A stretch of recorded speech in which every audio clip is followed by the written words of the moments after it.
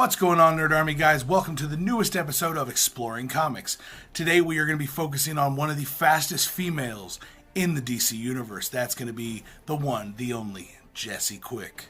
Now guys, this heroine is so amazing, it's so fast, and such a badass. Let's get right into it and find out what makes this speedster so quick. I really wanted to do this character's history of because this is an amazing character through and through. Now, also, I have to mention that the CW's rendition of Jessie Quick is pretty freaking awesome too. Now, Jessie was first introduced to comics as Jessie Chambers, the daughter of the two superheroes, Liberty Bell and Johnny Quick. Johnny Quick had always wished that his daughter would grow up and have it in her to want to become a superhero like her mother and father and join them as a crime-fighting family that can take on everyone with the power of speed. Johnny Quick got his powers by reciting a mathematical formula. This formula was the formula for the Speed Force. He actually discovered the formula chiseled on a wall of an ancient tomb in Egypt. Johnny would get his wish eventually, and he would pass the formula on to Jessie, who would use it to become a superhero herself, become Jessie Quick. But the difference between Johnny and her, Johnny actually had to physically say the equation to get his speed, where Jessie can just visualize the equation, and that's how she gets her powers. She would fulfill her father's dream and become a full-fledged member of the Justice Society of America. This is actually where she finally meets Wally West. Now, Wally would actually cross the line and do something that was a little bit messed up. He would actually use Jessie and kind of give her hints that she's going to be able to become the next Flash, just to try to push Bart Allen past that barrier where he would realize that he needs to take becoming the new Flash more seriously. If something happens to Wally, he's the next one and has to step up. Wally would use her to prove a point to Bart. This would piss Jessie off beyond belief. And once she finds out, she would feel so deeply betrayed by Wally. But no matter what, it was never enough for her to allow something to happen to Wally. She would actually end up jumping in and saving Wally's life, but in the process, her leg was actually very badly injured. After Wally's return from the mystical Speed Force, he would actually go up and heal Jessie's leg. She mostly forgot about what she was angry with him about and forgave him.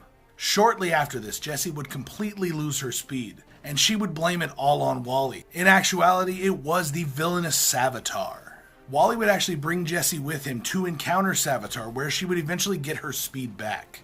The battle with Savitar was so deadly that it would see Johnny Quick and Jessie Quick both jump in and fight side by side as father and daughter. But the fight would end on a pretty tragic note when Johnny Quick would actually sacrifice himself to save his daughter Jessie. While grieving over her father's death, she was actually approached by the Titans to join the team.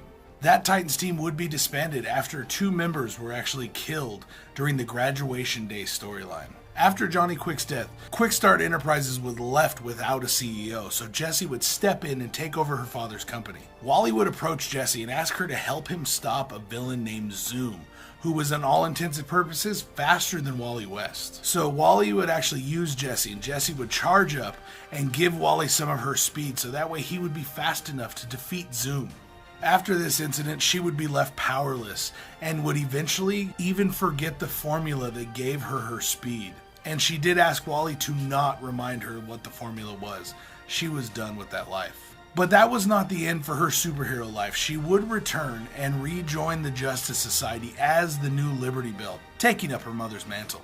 And she would actually end up marrying Rick Tyler, the second generation Hourman and fellow JSA member. But during the Blackest Night series, one of the harshest things to ever happen to Jessie did occur. She was forced to face her dead father in a one-on-one speedster battle. Johnny Quick, Black Lantern versus Jessie Quick. This was one of her worst nightmares come to life. Mr. Terrific would come in and use his machine to disrupt the connection between all the Black Lantern rings. Now, Jessie Quick is an amazing character, and she deserves so much more than she has gotten. Plus, like I said, I love her on the CW's Flash. Is one of my favorite characters on the Flash. She is just so cool, so calm, so collected, but still so smart and methodical all at the same time. So guys, what do you guys think about Jessie Quick? Did you like her? Do you like this history of? Did you guys enjoy yourself? If you learned something, make sure you put it down in the comments down below. Make sure you guys hit that like, thumbs up button on this video.